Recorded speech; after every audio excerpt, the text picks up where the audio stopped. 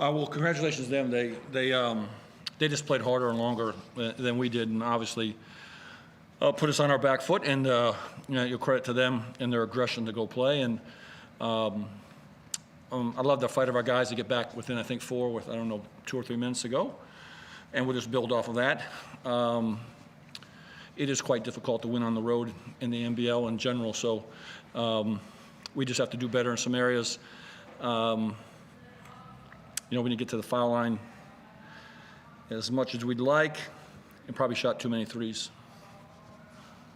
As you play Perth in a couple of days, heading back home again, how important is getting a win to the team momentum and morale? We just don't think of it that way. Right now we'll rest and recover tonight, and we'll travel tomorrow. We play Perth on Sunday, and I believe they're traveling too today at some point when their game's over with, and we'll just have another good chance to go back at it on Sunday in front of our fans, which will be fun.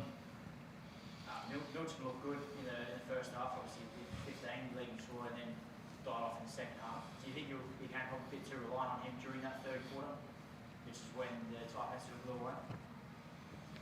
Well, I thought we cut the lead at the end of the third and got it to 10 points, which cut into the, 18-point lead or 16-point lead. So we ended up winning that quarter, which was good. Milt obviously is a very good player for us, and he probably wishes he would have had a few more shots back and done a few things differently, but we'll live and die with Milt Doyle.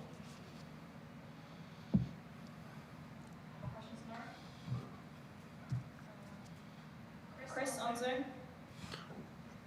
I'll start with you, Majok. Do you always enjoy the chance to come back to Cairns and play on your former home floor? Can you repeat that again, please? Do you always enjoy the chance to come back to Cairns and play on this court?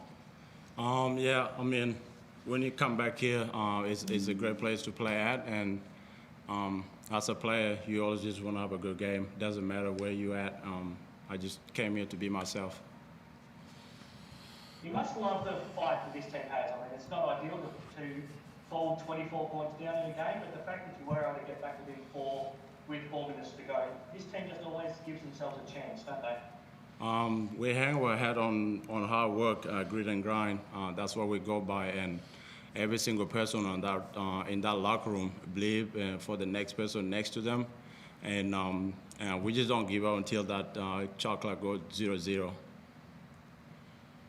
Just for you coming into this season on the back of what you were able to do by taking part in history at the Olympics, how much confidence are you feeling coming into this new season?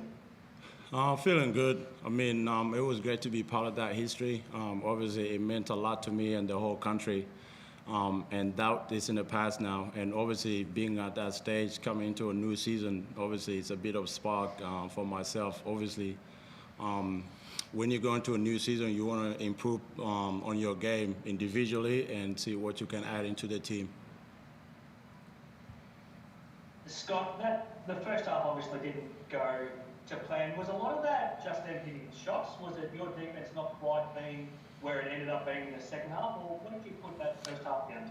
Well, I think, in general for me, just when you watch sports, whatever it may be, usually the most aggressive teams give themselves the best chances, and they were clearly the most aggressive team in the first half, and their fight was obviously at a very high level, and we weren't scoring, but that's, give them credit, but they were just playing harder than us, and you can talk about technical things and this and that or whatever, but ultimately until you solve playing harder or at least equal to your opponents, then you can't even move in. Then you can move into talking about technical things maybe you could do better. But until you try to get the playing field level by just your effort, you're going to struggle, and rightfully so. They smacked us around early, obviously throughout the first half, and we didn't do anything on either side of the floor overly well.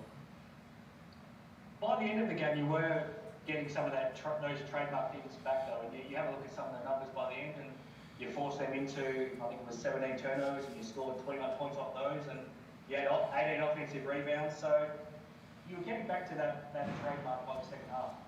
Yeah, I think this team, obviously, every year you're going to get a different, obviously, group together. This team will end up morphing into what it will be in the next few weeks of how they'll end up playing and what kind of style they'll end up being, other than, you know, the things that we're demanding from them. But we'll find our way with the personnel we have and see what we can best do to put them in the best positions possible. And that's going to be, you know, a work in progress from the other three teams that we've had here. And this team will find its kind of own identity in some areas.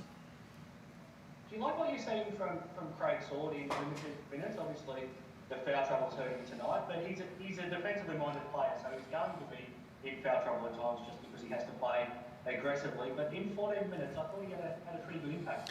Yeah, he just, you know, for him, it's just he has to learn the league and learn, you know, the players that he's playing against, and that will take a little bit of time. But he is, you know, aggressive, and he does give us a little different look when he's on the floor, and hopefully we can build off of that, and he can dial his fouls back. I think, you know, one or two of those were probably just overzealous, really, at the end of the day, and would have probably saved him some more court time. But as he learns the league and he goes through this in his first round of games of playing against these teams, hopefully he'll figure some things out. Thank you very much, guys. Yep. Thanks, everyone. Wow. Thank you. Okay.